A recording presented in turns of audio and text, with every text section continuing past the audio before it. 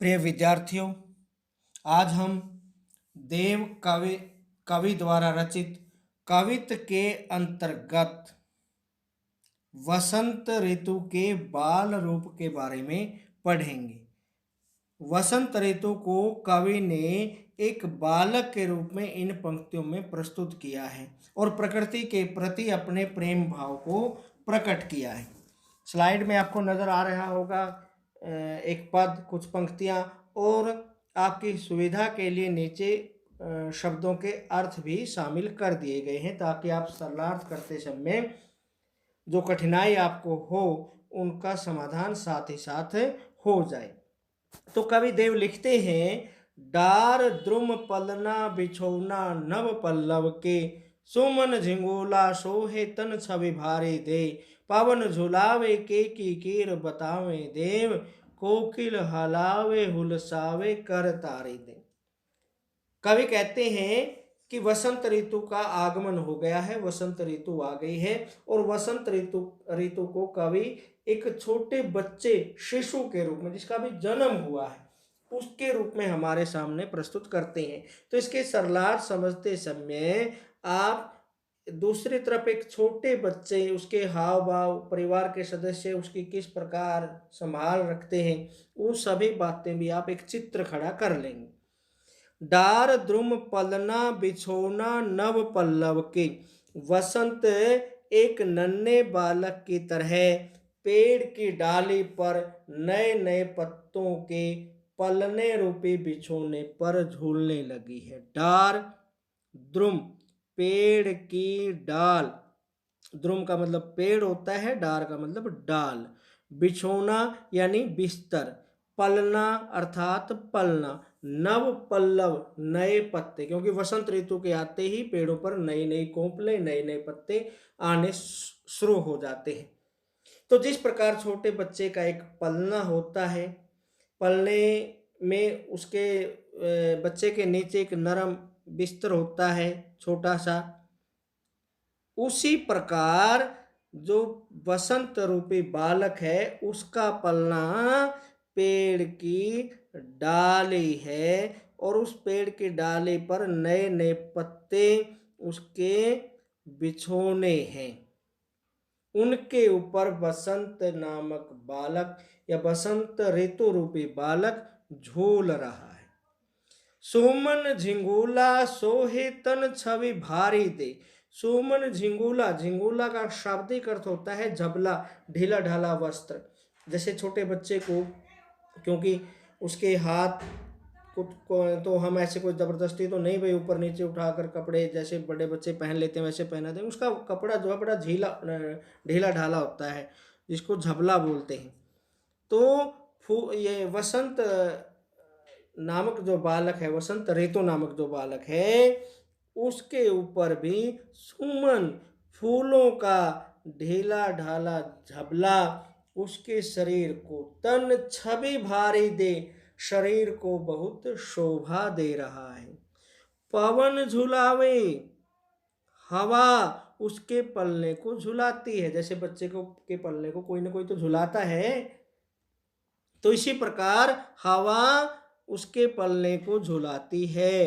केकी कीर बरतावे देव, देव कवि कहते हैं कि केकी कीर, मोर और तोता, केकी मैंने मोर, कीर मैंने तोता, मोर और तोता अपने अपने आवाज में उनके साथ बातचीत करते हैं। जैसे मान लिया छोटे बच्चे के जन्म के बाद कोई उसकी बुआ आई हुई है, तो वो उसका एक तरीका होता है बच्चे को खिलाने का, वो अपने अपनी एक तोतली आवाज करके बच्चे के साथ बातचीत करती है। वैसे ही वसंत ऋतु नामक जो रूपी जो बालक है उसके साथ भी मोर तोता अपनी आवाज में बात करते हैं। कोकिल हलावे हुलसावे कर तारी दे, कोकिल यानी कोयल, कोयल उसके पल्ले को झुलाती है, हलावे झुलाती है, हुलसावे कर तारी दे और उसको खुश करती है या प्रसन्नता प्रकट करती है, कर तारी देकर मैंने हाथ अपनी तालियां बजा बजा कर प्रसन्नता प्रकट करती है। पुरित पराग सो उतारो करे राई नून, कंज कली नायिका लतान सिर सारी दे। कंज कली नायिका, कंज कली का शाब्दिक अर्थ होता है कमल की कली, नायिका यानी कि एक स्त्री, कोई भी कमल की कली रूपी नायिका। लतान सिर सारे दे, लतान यानी बेल को साड़ी के रूप में सिर पर लपेट कर पूरित पराग सो उतारो, वह पराग कणों से उतारो, उतार रही है, करे राय नोन। राय नोन करना यानी नजर उतारने का जो टोटका होता है वो राय नोन, राय नमक घुमाकर बच्चे की नजर उतार रही है। अर्थात जिस प्रकार घर की जो महिला है, छोटे बच्चे को कहते हैं भाई नजर लग गई, वो रोने लगता है तो नजर लग गई, तो घर की महिला तरह तरह के प्रयास करती है। वो साड़ी पहने हुए, साड़ी का पल्लू सिर के ऊपर है, तो वो नून नमक मिर्च के द्वारा या किसी के पाँव के नीचे से मिट्टी उठानी है, जो भी तरीके हैं नजर उतारने के, उस बच्चे की नजर उतारती। तो यहाँ पर जो महिला है वो किसको बनाया गया है? कमल की कली को, कमल का जो फूल होता है उसकी कली है जो, वो महिला के समान है। और उसकी जो साड़ी है वो बेल है, लता बेल जो उसके चारों तरफ घूमी हुई है और फिर उसके ऊपर आई हुई है, तो उसका पल्लू उसके सिर के ऊपर है।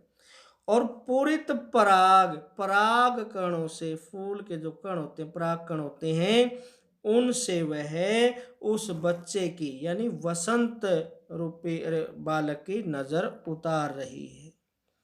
मदन महीप जू को बालक वसंत ताही, प्रातः ही जगावत गुलाब चटकारी दे।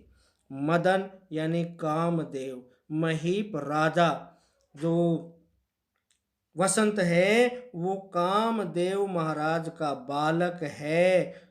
मदन महीप जू को बालक वसंत ताही, प्रातः ही जगावत गुलाब चटकारी दे, जिसको गुलाब प्रातः होते ही चटकारी देकर अर्थात चुटकियां बजाकर जगाते हैं। जैसे छोटे बच्चे को डांटेंगे तो नहीं, प्यार से उठाएंगे, बड़े प्यार से चुटकी बजाकर, उसी प्रकार गुलाब, क्योंकि सुबह जब गुलाब खिलता है तो एकदम से चटक की आवाज आती है कली से जब वो फूल बनता है, तो उसको कहा गया है कि मदन यानी कामदेव का बालक है, कामदेव महाराज का बालक है।